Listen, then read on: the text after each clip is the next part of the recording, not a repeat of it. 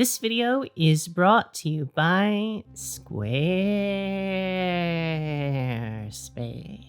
The final full week of January every single year is Goblin Week, and in order to celebrate this year, I thought it might be fun to expand the Goblin division of our 40k Orks army, talk a little bit about why Goblins are the best unit in that army, as well as why they are also, at least from a narrative perspective, the biggest missed opportunity in 40k, and how I'm hoping that might get rectified in 11th edition.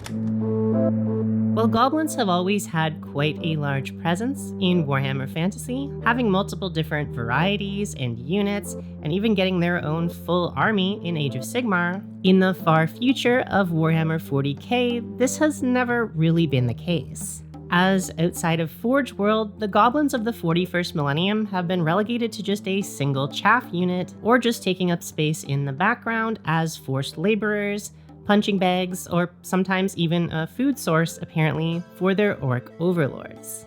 And personally, I'm not really sure why, as Goblins are easily one of the most charming and universally loved characters in any fantasy setting, including the 41st millennium.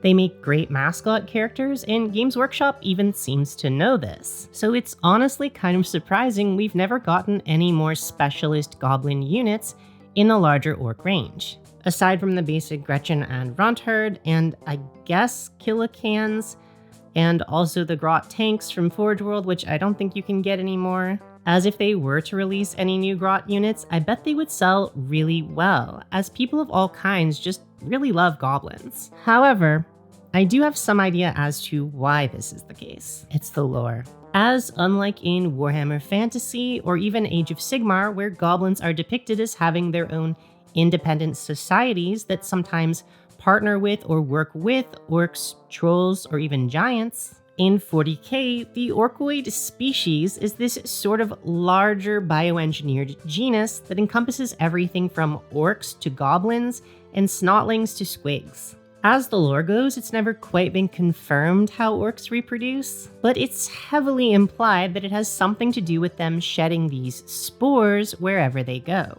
After a big fight, even if the orcs lose, the spores remain. And a few months later, it's been observed that a whole new batch of orcs, grots, squigs, and the rest spring up in that area where the orcs previously fought.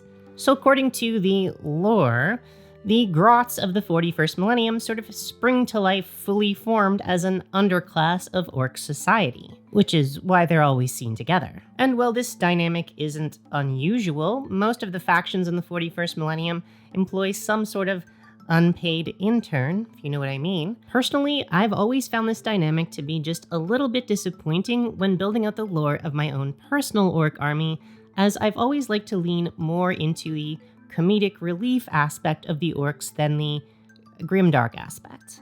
So in my own army, instead of depicting the orcs as the sort of cruel taskmasters of the grots and snotlings and squigs, my personal headcanon for my orc faction is that the orcs are the sort of big beefy guys who really like to fight, and the grots are the sort of mad inventors who are obsessed with building increasingly absurd contraptions to aid the orcs in their wars. A sort of Doozer and Fraggle relationship, if you will, but with more explosives. So in my army, my headcanon, the orcs and goblins still exist as this sort of fungal ecosystem, but without the uncomfortable, unpaid intern vibe that the official lore gives to the orc-grot relationship.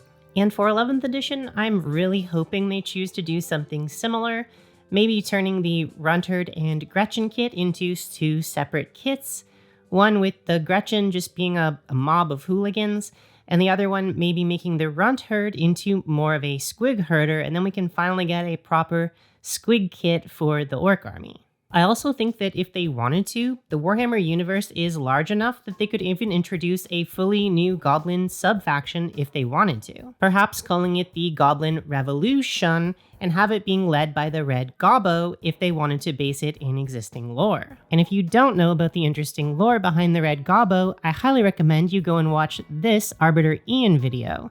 I'll link that down in the description. You could start out by having a few of the units from the Goblin Army and the Ork Army have a little bit of crossover, and with future Goblin units, you could lean more into the fungus and mushroom themes like they do with the Gloomspite Gits in Age of Sigmar. Those ideas are maybe a little far-fetched and ambitious, but I also wouldn't be surprised, as Goblin kits would totally sell out if they made a whole new Goblin faction. But at the very least, I would at least expect the Gretchen and Runtherd kit to be getting a resculpt with 11th edition, as that is one of the older kits in the range, and Games Workshop can't stand having a $25 kit on the market that they could easily sell for $50 or $60 if they resculpted it. But regardless of what they choose to do with the official lore, I will continue to keep creating Goblin proxied units for traditional Orc units in my own home army, like my Goblin Rocket Riders, who are proxies for Def-Koptas, or the leader of my Goblin sub-faction of my Ork Army, Scuttleboss Gristlegear, who has a detachable cockpit so I can field them either as one of the Ork airplane models or as a Big Mech in Mega Armor. Or even my humble unit of Gretchen, who are led by a converted AOS Squig Rider instead of the traditional Runtherd, which at just 40 points and with its powerful ability to farm command points each turn while it's on an objective, is easily one of the most useful and efficient units in my entire Orc and Goblin army. Which is why this Goblin week I have chosen to build myself 2 more of these Gretchen units. But before we build and paint some goblins, I would first like to tell you about this video's sponsor, Squarespace. Squarespace is the all-in-one website and hosting platform for all of your goblin building website needs. And it's super easy to use. Just pick from one of their fabulously designed pre-made templates or build your own template from scratch and then customize things to your heart's content using their extremely intuitive drag and drop fluid engine. No coding or technical knowledge required. I've been using my current website to host a gallery of all my painted miniatures, all of my painting reference documents, as well as an online store, which has been super easy to set up, keep updated, and accepts a variety of payment options, which are all built in, really easy to use. So if you need a website, why not check out squarespace.com today for a free trial. And when you're ready to launch, go to squarespace.com/Dana Howell for 10% off your very first purchase of a website or domain. And now back to our video. So as I was saying, the Gretchen unit is one of the most useful units in the game that is not only cheap in terms of game points, but it's also extremely cheap in terms of dollars, being just 25 Canadian dollars for 11 models. But one of the best things about this unit is you can just convert them out of any goblins you already own, like I did with my first unit of Gretchen, which I converted out of the Halfling Snipers kit from Kill Team. However, for Christmas, I did end up getting a copy of the official Gretchen kit, which I have been wanting to paint up before it goes out of print. And on top of this, last October, KROMLECH, along with all the other stuff they sent me about 15 goblin sculpts, I think. There was 5 from Space Gits, and then there was another 10 from their goblin groupie Gits, I think they're called. They're like rocker-themed goblins. So I thought it might be fun to celebrate Goblin Week this year by bashing these 2 kits together and making myself 2 more units of goblins for my Ork Army, which is the maximum I'm allowed to field, I believe. So as you can see here, I've already done some basic assembly on these grots, and in last week's basing video, I made a whole bunch of junkyard bases for them, so the basing is all done. And to start out the first day of this Goblin Week, I am mostly just attaching the units to their bases, gluing any parts together that I haven't attached yet. If you're curious, the gray plastic goblins are the official GW ones, and the white resin ones are from KROMLECH. You can see in a few places I combined a few of the parts for extra variety. And I've also been wanting a basic mech boy for my army for quite a while now. I've got a big mech in Mega Armor. So I thought a fun way to do this would be by putting these 2 mechanically inclined looking goblins on a 32mm base. And I think this will make a great proxy for a regular mech boy, armed with a wrench, a big gun, and a jackhammer for some reason. For the leaders of these 2 new goblin units, I thought it might be fun along with the principles of Stillmania and just role-playing in general, to promote from within. So taking the two most impressive and armored-looking goblins from my previous unit of GROTS, I cut off their legs, glued them down to some spare squigs I had left over from the always useful AOS Boingrot Bounders kit, and I then cut some boots off from some spare KROMLECH goblins to glue onto the feet of our new squig riders to complete the look. Then for maximum efficiency, I glued our newly bootless goblins to the old bases with just feet on them to create all new regular goblins to refill the ranks. And with all of our goblins finally assembled, we now have 2 full units of goblins to add to our Ork Army, plus a small mech, all based and ready for painting.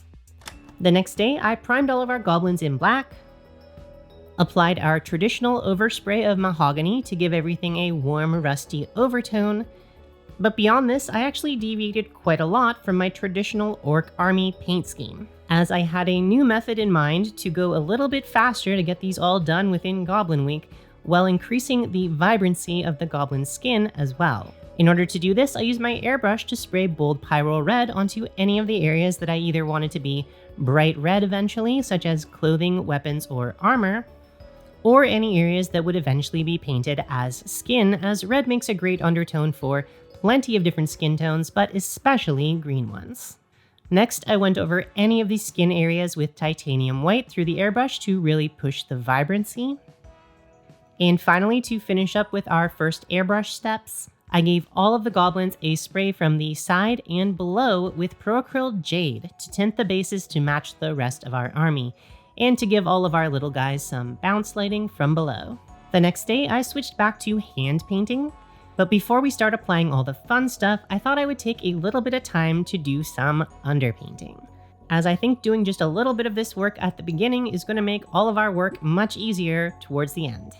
To start out, I used a thinned down mix of the speed paint Murder Scene as a cool dark red wash in the recesses of all the goblins to create both borders for all of the skin tones, but also to reinforce that warm undertone that we want for the skin, and I even used this color to paint a few veins and blemishes on the skin in some areas. After this, I used Marine Mist to do a little bit of cleanup and highlighting, and after just a few hours effort, our underpainting is complete, and it's going to make it so much easier to do the rest of the skin. To paint the skin tones, I gathered up my collection of various green and near green speed paints and contrast paints, and I then applied these to any exposed areas of skin on the various goblins, really having fun with it and using all of the greens in my collection that I rarely get to use for anything else. After this, I used my collection of regular acrylics to highlight all of the skin tones by just one layer to make them look a little bit more polished. And altogether, painting all of these skin tones took me only 2.5 hours after I did the underpainting, so probably 5 hours total, which I think is much faster than it would have taken using my old method. And I even think it looks a little bit better. And with the difficult part of all of the exposed skin complete, now we can paint all of the rest of the details to finish up our goblins. I started out by base coating all of the areas that I want to be either metallic or just a dark brown cloth with Satchel Brown. This is a speed paint that I think works really well for rusty metal, but also just is pretty close to that mahogany look of our basic orc clothing. And then for all of the metallic parts, I just dry brush these with silver or copper, making sure to leave lots of the brown visible underneath to keep everything looking nice and rusty.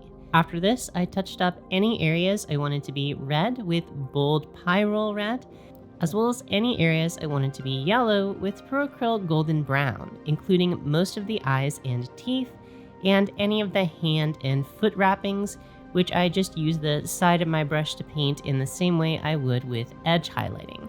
For the most part, I found a single coat of paint was enough to look good on these tiny models, but in the few cases I did want a little bit more shading on the red or yellow tones, I simply mixed in a small amount of our ever-useful Pro-Acryl Mahogany into the base color, and I either layered it up to the final color or painted on the shadows afterwards. Speaking of mahogany, for any areas I wanted to be just plain brown, I used a single highlight color of mahogany on top of our base coat of Satchel Brown. And for the few areas I wanted to be a more pale white color, I gave them a single coat of speed paint pallid bone on top of the white base tone from the airbrush.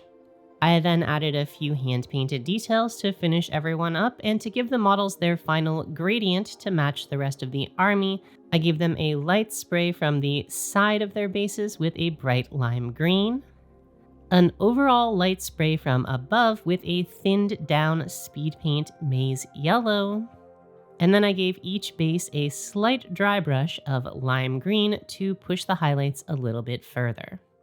I then rimmed all of the bases in black. And that's it. We now have 3 full units of GROTS to deploy in our Ork Army, all finished up in time for the end of Goblin Week.